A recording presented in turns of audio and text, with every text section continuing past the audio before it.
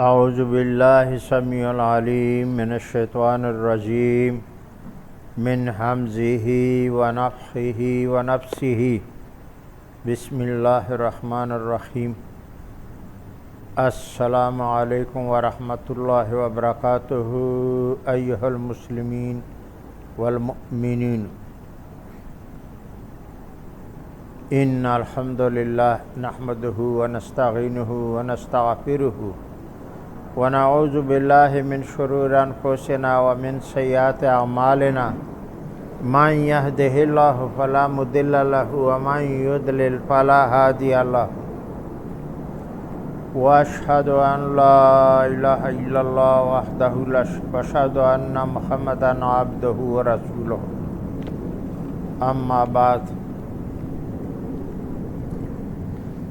میرے اسلام کے پیارے بھائیوں اور بہنوں، جنگ احد سے نبی صلی اللہ علیہ وسلم واپس ہوئے۔ جہاد بھی ہوا اور خوشی بھی تھی اور غم بھی زیادہ تھا۔ دو باتیں تھیں، ایک طرف خوشی تھی جو نبی علیہ السلام نے فتح پایا اور اصحاب کرام وغیرہ نے۔ ابو سفیان معاذ سارے لشکر کے جو 3000 کے لگ بھگ تھا، بہترین فاتح کمانڈروں کے ساتھ خالد بن ولید جو اس وقت کفر میں تھا، اور اکرمہ ابو جہل وہ بھی کمانڈر تھا بائیں ہاتھ والا، وہ بھی کفر میں ہی تھا اس وقت۔ یہ سارے واپس ہوئے اور یہ جو دونوں بڑے کمانڈر تھے یا لڑاکا کمانڈر، یہ ایسے لڑاکا تھے، کمانڈر تھے، سپہ سالار تھے قریشوں کے، کہ وہ لڑائی کو چھوڑ کر واپس جانے والے نہیں ہوتے تھے، لیکن رب العالمین نے یہاں پر ہم رب العالمین کا اگر زبردست شکریہ ادا کریں، اور ہم کتنا شکر ادا کریں گے میرے بھائیو، اگر ہم رب العالمین کا شکر ادا کرنا چاہے تو میں کہتا ہوں کہ اگر رب العالمین مجھے قیامت تک کی زندگی دے دے اور میں زندہ رہوں، صحیح سلامت رہوں اور مجھے کوئی تکلیف نہیں ہو اور مجھے نیند نہ آتا ہو اور کوئی کھانے پینے کی ضرورت بھی نہیں ہو، تو میں صرف پانی کے یہ جو پیالہ ہے، یہ جو گلاس ہے، یہ جو رب العالمین نے آسمان سے برسایا ہوا میٹھا پانی ہے، اس کے لیے ساری عمر یہ سجدے میں پڑا ہو کر کے اور شکر ادا کرتے ہوئے بھی ہماری وہ شکر پورا نہیں ہوں گی۔ ہم تو نہ شکر ہے، ورنہ ہم ایک پانی کے گلاس جو ہمیں ملتا ہے یا وہ لوٹا وغیرہ پانی جس سے ہم اپنے انداموں کو صاف کرتے ہیں، یا وہ بالٹی جس سے ہم نہاتے ہیں میٹھا پینے کا، اس کا بھی شکر ہم ادا کرتے کرتے قیامت تک کم ہے، پورا نہیں ہے۔ بالکل کم ہے. اتنے رب العالمین کے احسانات ہیں ابن آدم پر، مگر افسوس، صد افسوس کہ وہ نہ شکر بنا، وہ مشرک بنا، وہ کفار بنا، وہ ملحد بنا اور مجوسی بنا، پھرتا ہے. باقی جو توڑے کچے پچے مسلمان ہیں وہ بھی نام کے ہی ہے. ان میں سے ایک میں بھی سمجھو. ہم وہ شکر ادا نہیں کر سکتے. میں بات کر رہا تھا اس کی کہ جب اتنے بڑے مضبوط سپہ سالار اور اس مجاہدین کو جن کا سپریم کمانڈر گر کر کے کھڈے میں گر گیا، ان کو پتھر لگا، شدید زخمی ہوا. یہ بڑی شدید زخم ہے جو ان کو لگا نبی صلی اللہ علیہ وسلم کو. اور مجاہدین میں سے 3 حصے میں سے 2 حصے بھاگ گئے تھے. ایک پہاڑی کی طرف چڑھا، دوسرا مدینے جا کے پہنچا. ایک چھوٹا سا گروہ جو ان کے سامنے رہا، قریش کے ان تینوں بڑے سپہ سالاروں کے سامنے، ابو سفیان بن حرب، خالد بن ولید، ابو جہل بن اکرمہ بن ابو جہل، اس جیسے کمانڈر بامائے لشکر کے 3000 لشکر کے ساتھ میں بیویوں کی بھی اور کھانے پینے کے ہر چیز موجود،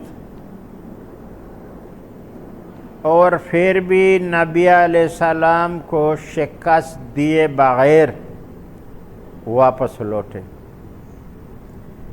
یہی ہے شکریہ کا مقام. یہیں پر ہمیں شکر کرنا چاہیے، مگر کتنا؟ جتنا ہو سکے کرو، یہ کہوں گا. کیونکہ رب العالمین نے ہی ان کے دلوں میں رعب ڈالا اور وہ واپس بھاگ گئے، ورنہ یہ ہو نہیں سکتا تھا. کیونکہ لشکر تو مار کھایا ہوا تھا مجاہدین کا، بھاگ گئے تھے.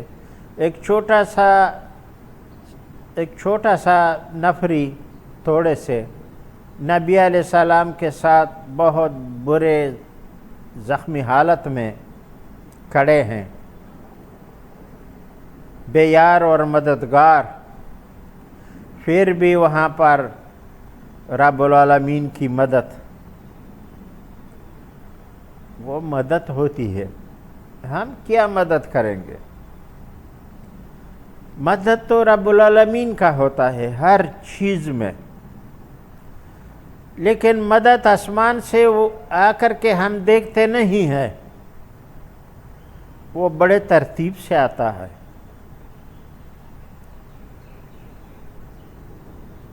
نبی رب العالمین نے وعدہ کیا تھا کہ ہم تمہارے مدد کریں گے 3000 ملائکہ کے ساتھ. پھر اگر فوراً ہی آپ پر کفار کی لشکر چڑھ آئے تو ہم 5000 ملائکہ سے مدد کریں گے. اگر تم لوگ صابر و ثابت قدم رہے. 2 باتیں شرط تھی کہ صابر رہو، میری مدد آئے گی ضرور، ثابت قدم رہو. یہ دونوں کے 2 شرط کے اوپر. افسوس وہاں پر مجاہدین نہ ثابت قدم رہے اور نہ انہوں نے امداد کی آنے کے لیے دیر کیا اور صبر کیا، استقامت دکھائی۔ اسی لیے ملائکہ کی نزول ہوا ہی نہیں۔ ہمارے مسلمان مجاہدین نے، مومنین مجاہدین نے وہاں آپس میں نزاع کیا اور نیچے اتر کر کے اور سامان لوٹنے کے چکر میں، دنیا کو لینے کے، ارے دنیا تو بھائی اللہ کے ہاتھ میں ہے، وہ کب دیتا ہے، کیسے دیتا ہے۔ ہم بڑے زور و شور سے دوڑ رہے ہیں، لیکن وہ اپنی وقت پر ہی ہوتا ہے۔ ہاں یہ ہے کہ ہمت اور دوڑ بھاگ ہم پر لازم ہے۔ تو وہ امداد بھی نہیں آئی جیسے بدر میں آیا تھا۔ پھر بھی رب العالمین نے نبی علیہ السلام کی مدد کی، اور ایک چھوٹے سے گروپ کی مجاہدین کی وہ مدد کیسی تھی؟ غیب کی طرف سے، غیبی جھگڑا نہیں ہوا، غیب کی طرف سے رب العالمین نے ابو سفیان کے دل میں رعب ڈالا کہ بس ابھی ہم نے تو اتنے مارا، ان کا رسول شدید زخمی ہے، وہ لوگ بھاگ گئے وغیرہ اور تھوڑے سے رہ گئے، مگر پھر بھی اللہ کی، رب کریم کی رعب دیکھو کہ انہوں نے یہی سمجھا کہ بس اتنا کافی تھا، یہ بس ہو گیا، سب ہم نے فتح کر لی، یہ وہ وغیرہ وغیرہ، اور واپس چل پڑے۔ اتنا ہمت نہیں ہوئی کہ ابھی تو ہمارے ہاتھ میں آ چکے ہیں میدان، بھاگ گئے اس سے۔ ایک رسول آگے اکیلا چھوڑ کے گئے ہیں، چند اس کے ساتھ صحابہ ہے، یہ تو بہت آسان ہے ابھی، مگر پھر بھی رب العالمین کا رعب دیکھو، یہ غیبی طاقت تھا۔ مجاہدین نے ہمت ہار دی ہوئی تھی، دنیا کے لالچ میں اپنے اندر نزاع پیدا کیا۔ بصیرت والے آنکھیں اور سننے والے کام اس بات کو سمجھیں گے انشاءاللہ کہ عیب کی مدد آ گئی بغیر فرشتوں کی، اور ان کے ابو سفیان کے دل میں ڈالا کہ بس اب کافی ہے اتنا، ورنہ وہ تو احد کے وہ ٹھیلا جس پر تیر اندوز تھے وہاں کھڑے ہو کر کے نیچے بالکل سامنے نبی علیہ السلام زخمی حالت میں، اور بڑھ کے مارتے رہے کہ اہل حبل اہل حبل، یہ وہ کریں گے، یہ کریں گے، اور اتنا کہنے کے بعد جیسے کہ چھوٹا بچہ ہو اور ایک آدمی کے ساتھ لڑ پڑے، پھر جب ابھی تھوڑی دیر میں وہ واپس چلا جاتا ہے، وہ اپنا سوچتا بھی نہیں ہے کہ ابھی میں نے کیا کیا۔ یہی حالت ابو سفیان کی بنی، اور لشکر کی بھی، اور یہ دو مضبوط صفہ سالاروں کی، اور یہ واپس ہو گئے۔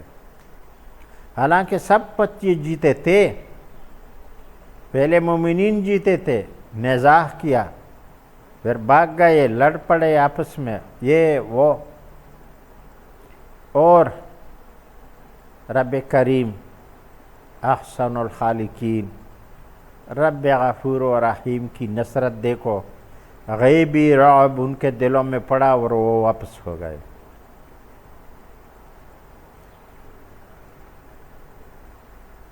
اس پر نبی علیہ السلام باقی ماندہ جو بعد میں واپس آئے اور مل گئے نبی علیہ السلام کے ساتھ، سارے واپس، کچھ آئے کچھ نہیں آئے،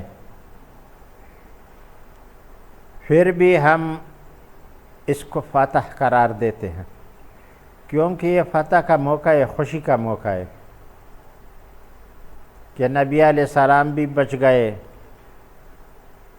اور صرف 70 صحابہ جو شہید ہوئے، ان کے علاوہ سب واپس آ گئے، اور پورا کوئی بڑا تصادم بھی نہیں ہوا۔ اور کیونکہ جب یہ احد میں لڑائی تھی، ایک بات اور سنو میرے بھائیو، یہ نبی علیہ السلام جارح نہیں تھا، جارح قریش تھے،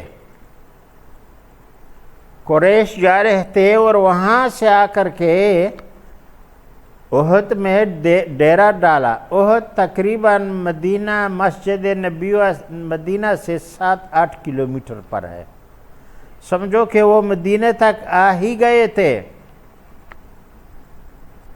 اور ادھر بہت بڑا شہادت بھی ہوئی اصحاب کرام کی، باغم بگم بھی ہوئی۔ نبی علیہ السلام بہت کمزور اور اکیلے، لیکن پھر بھی رب العالمین کا مدد دیکھو، غیبی مدد دیکھو، کہ ان کے دل میں رعب ڈالا اور بولا کہ اتنا جنگ بس سے بس کافی ہے، اور واپس چلتے بنے۔ نبی علیہ السلام جارح نہیں تھا، وہ لوگ تھے، پھر بھی ہم فتح نبی علیہ السلام کو ہی قرار دیتے ہیں اور خوش ہے، کیونکہ وہ فاتح احد سے واپس آئے۔ مگر غم بھی ہے۔ وہ غم کیا ہے؟ غم یہ ہے کہ ہمارے مومنین میں سے 70 اصحاب کرام شہید ہوئے۔ اپنا غلطی سے بھی، اپنا غلطی کر کے جو نزاع پیدا کیا، وہ شہید ہوئے۔ اور کسی کے کان، ہاتھ کی انگلیاں اور ناک کٹے ہوئے بھی تھے وغیرہ، یہاں تک کہ سیدنا حمزہ رضی اللہ عنہ کو دل بھی نکال لیا تھا حبشی نے۔ یہ غم تھی۔ یہ جو شہید ہوئے، یہ غم اس لیے تھی کہ کسی کے بیٹے تھے، کسی کا شوہر تھے، کسی کے باپ تھے، مگر انہوں نے صبر اور استقامت دکھایا مدینہ والوں نے، اور اتنے وہ غمجن نہیں ہوئے جتنے وہ واپسی پر خوش ہوئے اور فتح یاب ہوئے، اور کفار کا لشکر ناکام واپس لوٹا۔ اس غم پر جو ابھی ہے مدینہ میں وہ تو ہے، لیکن جو خوشی ہوئی اور اللہ تعالیٰ کی مدد آئی، یہ اس سے بڑھ کر ہے۔ نبی علیہ السلام واپس آ گئے، اور مدینہ میں جب واپس آ گئے تو وہاں پر نبی علیہ السلام کو، جب وہاں سے کوئی ایک بندہ آ رہا تھا، ابو سفیان جاتے ہوئے ان کو بولا کہ دیکھو یہ پیسے لے لو تھوڑے بہت، مدینے میں افواہ پھیلاؤ کہ وہ لوگ دوبارہ مسلح ہو کر کے اس سے کہیں گنا زیادہ واپس آ رہے ہیں۔ یہاں سے نبی علیہ السلام کو جب یہ خبر پہنچی تو انہوں نے سوچا کہ کیوں نہ ہم پہلے ہی ان پر وار کریں۔ منہ پر زخم، دندان مبارک شہید ہے، 70 اصحاب کرام شہید ہے۔ پھر بھی نبی علیہ السلام نے وہاں سے مدینے سے کوچ کیا اپنے صحابہ کو لے کر کے، اور ان کے پیچھے چلنے لگے کہ راستے ہی میں جا کے ابھی جنگ کریں گے.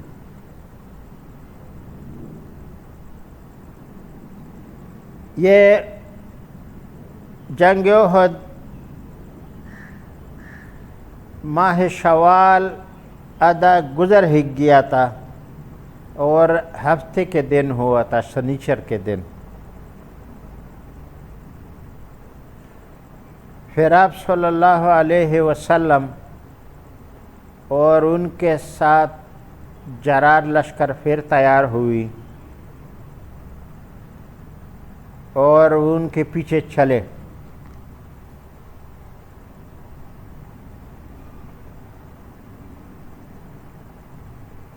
نبی علیہ السلام کے ہمراہ ابن اسحاق مزید کہتے ہیں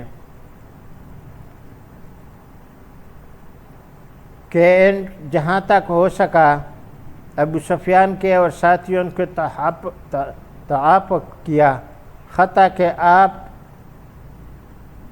عمر الاسد تک جا پہنچ. جاتے جاتے وہ عمر الاسد تک جا پہنچے. یہ ایک گاؤں تھا.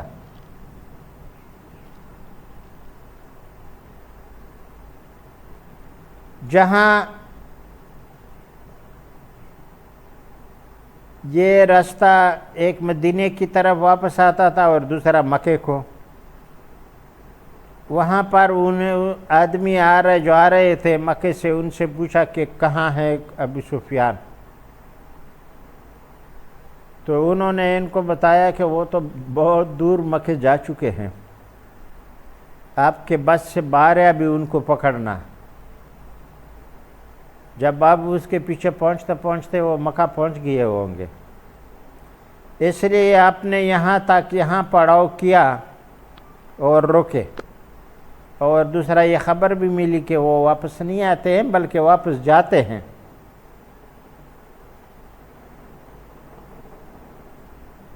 تو نبی علیہ السلام نے وہاں پر 3 دن قیام کیا. 3 دن قیام فرمایا کہ کہیں ایسا نہیں ہو کہ یہ اس آدمی کا قول غلط ہو اور وہ واپس آ نہیں جائے. 3 دن کے بعد ان کو پتہ چلا کہ کوئی لڑائی وغیرہ، کوئی بندہ ادھر سے نہیں آ رہا ہے، کیونکہ لوگ تو آتے جاتے تھے، اس سے خبریں پوچھتے رہتے تھے. تو مدینے میں نبی صلی اللہ علیہ وسلم نے ابن مکتوم کو اپنا نائب مقرر فرمایا تھا کہ آپ نماز پڑھاتے جاؤ اور مسجد میں بیٹھ کے جو لوگ آتے جائے فتویٰ پوچھے یا کوئی مسئلہ ہو تو وہ حل کرتے جاؤ. یہ 3 دن کے بعد نبی علیہ السلام واپس آ گئے.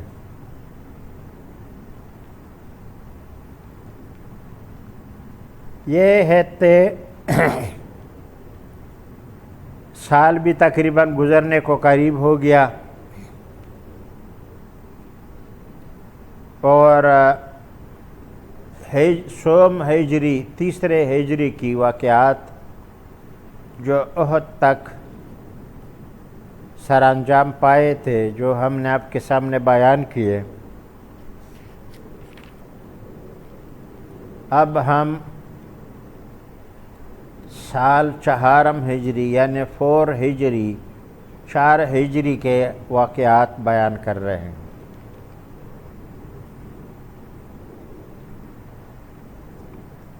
اس سال نبی علیہ السلام نے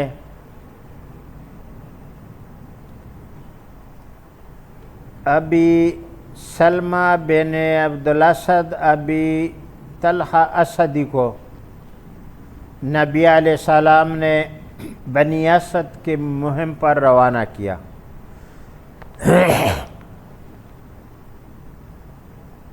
یہ بنو اسد ایک قبیلہ تھا اور مدینے کی قریب ادھر ادھر رہتا تھا۔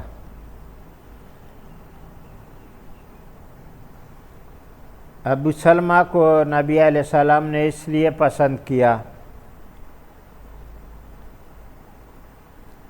کہ ان کی ماں ابو سلمہ کی اسی قبیلے سے تھی اور ان کا پہلے آنا جانا بھی ہوتا تھا، اور یہ مہم ہے کہ جس علاقے میں کوئی بندہ کوئی آدمی بھیجے جائے اس علاقے کا خاص بندہ ساتھ میں ہونا چاہیے تاکہ وہ اس کا رہنمائی کرے۔ حالانکہ ابو سلمہ شدید زخمی بھی ہوئے تھے، مگر اس کے بعد کچھ مہینے 2-3 مہینے اس کا دار و دلمل ہوا تو وہ زخم تقریباً قریب ہونے کو صحیح ہو گئے تھے، یعنی جم گئے تھے، برابر ہوئے تھے۔ نبی علیہ السلام نے ان کے انڈر میں لشکری دستہ دیا کہ جاؤ اور پہلے ان کو سمجھاؤ،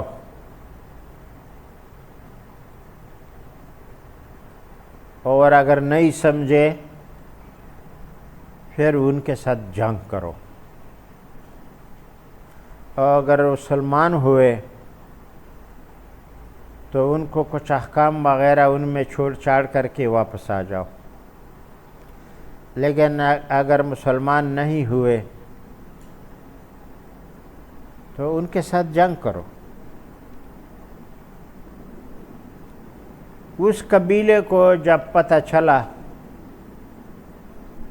اسد قبیلے کو، بنی اسد، وہاں پر جو 2 ان کے لیڈر تھے انہوں نے ان کو بہت لڑنے کے لیے تیار کیا اور کہا کہ ہم نہ تو مسلمان ہوں گے اور نہ خراج دیں گے بلکہ لڑائی کریں گے۔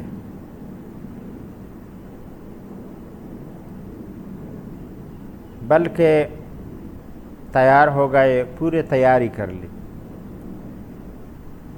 لیکن یہاں نبی علیہ السلام کا فرمان جاری ہوا تھا اور یہ لشکر اس کو آگے برابر آ رہا تھا۔ یہ لوگ بہت مورچے وغیرہ بنو کر کے بیٹھے ہوئے تھے، لیکن ہمت کی تو کمی تھی۔ وہ 2 جو ان کے بڑے تھے وہ پہلے ہی سے بھاگ گئے، لوگوں کو بولا کہ لڑو، خود وہ بھاگ گئے، اسدیہ کے لوگ، بنی اسد کے۔ دیکھو جب بڑے بھاگ جائیں گے تو چھوٹے کیا کریں گے؟ اب ان کے سر پر لشکر اسلام پہنچی۔ جب پہنچی تو انہوں نے کچھ فوراً ہی ہتھیار ڈالے سوائے ایک آدھ بندے کی،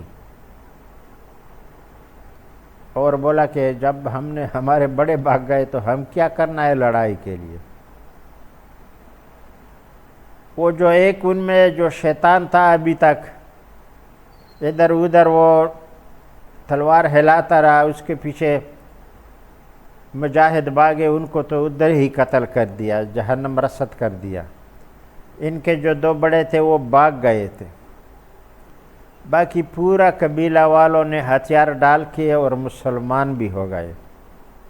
دیکھو تو قدرت کی شان، سارے مسلمان ہو گئے، اور وہاں پر سارا انتظام وغیرہ کر کے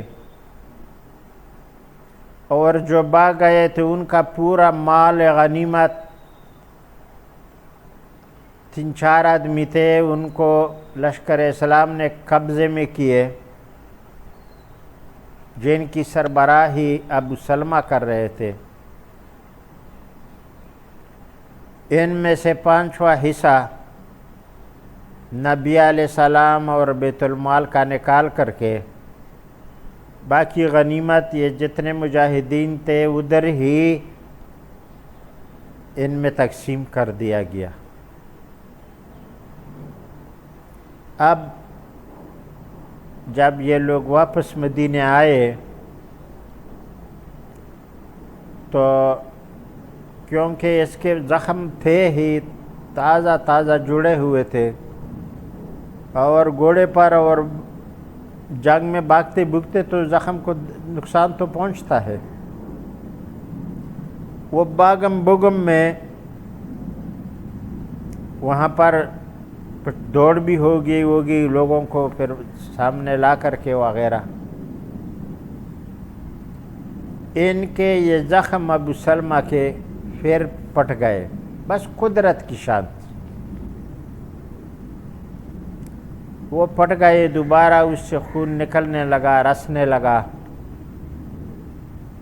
اور کچھ بہت دوائی شوائی کرائی لیکن وہ دوبارہ نہیں جمے، اور یوں ام سلمہ رضی اللہ شہید ہوئے۔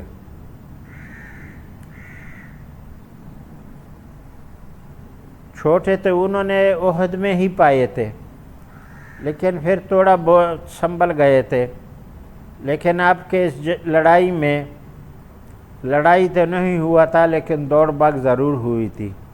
ان کے یہ زخم جو تھے دوبارہ تازہ ہو گئے، جن کی وجہ سے وہ شہید ہوئے۔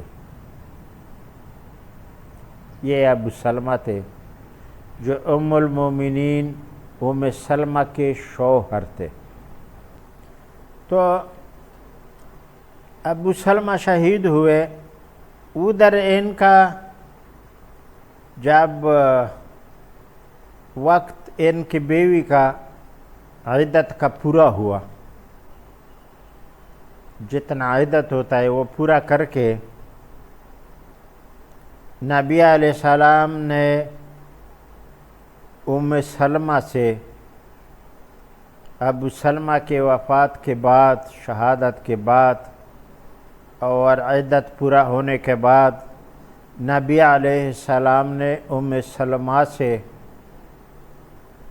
نکاح کیا اور یہ ان کے زوجت میں آ گئی، جو ان کو ابو سلمہ کے کہلاتے ہیں ہم لوگ، ام المومنین ہے یہ بڑی بہادر عورت تھی اور محدث بھی ہے، اور چونکہ ان کا قصہ یہ ہوا وہ بھی سناتے ہیں۔ ام سلمہ کہتی ہے کہ میں گھر میں بیٹھی ایک چمڑے کو دباعت کر رہی تھی۔ دباعت مطلب ہے ان کو مار مار کے تھوڑا پلین کر کے ان کو رنگ دے کر کے پھر اس سے مشقیں بنائے جاتے تھے، جیسے بکری کے چمڑے وغیرہ وغیرہ۔ دباعت کر رہی تھی کہ اتنے میں دروازہ کھٹکھٹایا کسی نے۔ جب ہم دروازے پر آئی تو میں نے پوچھا کون ہے؟ انہوں نے کہا کہ میں رسول اللہ ہوں۔ بس میں نے فوراً دروازہ کھولا اور اس کو اندر آنے اس نے اجازت چاہی۔ وہ اکیلے تھے اور میں نے اجازت دی اور اندر آ کر کے جہاں ہم دباعت کر رہی تھی وہاں پر ان کے سامنے ایک کٹکا سا جس پر آدمی بیٹھتے ہیں وہ رکھا، اور ان کو بیٹھنے کے لیے کچھ اور بھی چاہا کہ کوئی چٹائی وغیرہ ڈال دیں، مگر انہوں نے بس وہ کافی سمجھا اور وہاں بیٹھ گئے۔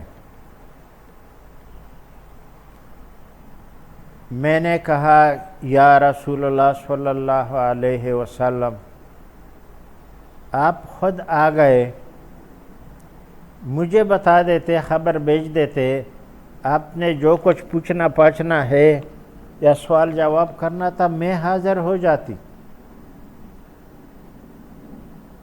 یہ آپ کا تشریف آوری ہم بڑا فخر بھی سمجھتے ہیں، لیکن ہم یہ تھوڑا سوچتے ہیں کہ کاش کہ ہم آپ کے پاس آئی ہوئی ہوتی۔ نبی علیہ السلام نے کہا کہ دیکھو ام سلمہ، یہ بات ہی ایسی ہونی ہے جو ہمیں ضرور آنا چاہیے تھا، ورنہ کس غلام کو یا نوکر بہت تھے مجاہدین، بلا کے آپ کو بلا لیتی۔ انہوں نے کہا کیا بات بتا دیے رسول اللہ صلی اللہ علیہ وسلم، ہماری جان بھی حاضر ہے، ہم کیا خدمت کریں۔ انہوں نے کہا دیکھو میں آپ کو ایک خطبہ نکاح دینا چاہتا ہوں، آپ کی عدت پوری ہوئی ہے اور میں اپنے نکاح میں آپ کو زوجت میں لینا چاہتا ہوں۔ ام سلمہ نے کہا یا رسول اللہ صلی اللہ علیہ وسلم، میرے سامنے 3 مشکل ہے، میں کیسے آپ سے شادی کر سکتا ہوں؟ انہوں نے کہا بتائیے، اس کا ہم علاج کر دیں گے۔ پہلی شرط تو یہ ہے کہ میں ابھی زیادہ جوانی کا عمر تو گزر ہی چکا ہوں، مطلب ہے میں کوئی جوان لڑکی یا بیوی یا عورت نہیں ہوں، بس جوانی سے قریب گزرنے والا ہی ہوں۔ پھر ہمارے بچے بھی ہیں، اور تیسرا شرط یہ ہے کہ یا رسول اللہ میں تھوڑا دماغ سے سخت بھی ہوں، مجھے غصہ آ جاتا ہے اور میں اپنے آپ پر قابو نہیں رکھ سکتا ہوں۔ ایسا نہ ہو کہ کل مجھ سے کوئی ایسا غلطی سرزد ہو جائے جو پھر ان کی تلافی نہیں ہو، اور اب کے کچھ ہم سے نافرمانی ایسی بڑی ہو جائے کہ میں پھر جہنم وصل ہو جاؤں گی۔ رسول اللہ صلی اللہ علیہ وسلم نے کہا پہلی شرط کہ اگر آپ عمر رسیدہ ہے تو میں بھی جوان نہیں ہوں، میری عمر بھی آپ دیکھیں، میں بھی تو جوان نہیں ہوں۔ دوسری شرط یہ ہے کہ آپ کے بچوں کی کفالت میرے ذمہ، وہ میں کروں گا۔ آپ کا تیسرا شرط جو ہے وہ آپ کے غصہ آنے کی میں رب العالمین سے دعا کروں گا، انشاءاللہ پھر آپ کو غصہ نہیں آئیں گے۔ انہوں نے کہا کہ اگر ایسا ہے یا رسول اللہ تو مجھے انکار نہیں ہے، میں تیار ہوں۔ یہ تینوں شرطیں پورا ہونے کے بعد انہوں نے ان کو اپنی زوجت میں لایا اور ان کی بیوی بن گئی، بہترین بیوی ام المومنین ثابت ہوئی، کبھی ان کو غصہ نہیں آیا، اور بہت خدمت گزار تھی، محدث بھی ہے، اور بہت ایک نیک اور صالح ام المومنین تھی ہماری۔ انشاءاللہ باقی واقعات جو ہے وہ انشاءاللہ سال 4 ہجری کے کل بیان کریں گے۔ سبحان ربک رب العزت عما یصفون وسلام علی المرسلین والحمد للہ رب العالمین۔ اللہم اغفر لی ولوالدی وللمؤمنین والمؤمنات والمسلمین والمسلمات الاحیاء منہم والاموات۔ اللهم اغفر لي ولوالدي وللمؤمنين والمؤمنات والمسلمين والمسلمات الأحياء منهم والأموات. ربنا تقبل منا إنك أنت السميع العليم وتب علينا إنك أنت التواب الرحيم.